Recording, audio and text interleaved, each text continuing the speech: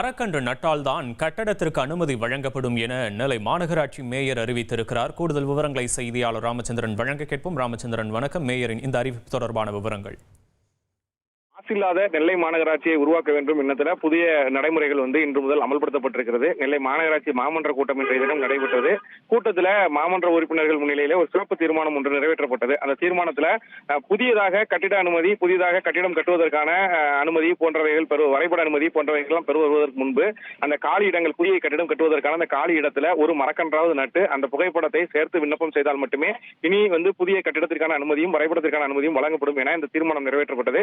அந்த தீர்மானத்திற்கு ஒட்டுமொத்த ஆதரவு மாமன்ற உறுப்பினர்களால் தெரிவிக்கப்பட்ட நிலையில இன்று முதலே அந்த திட்டம் அமல்படுத்தப்படுவதாகவும் கூட்டத்தில் அறிவித்திருக்கிறார்.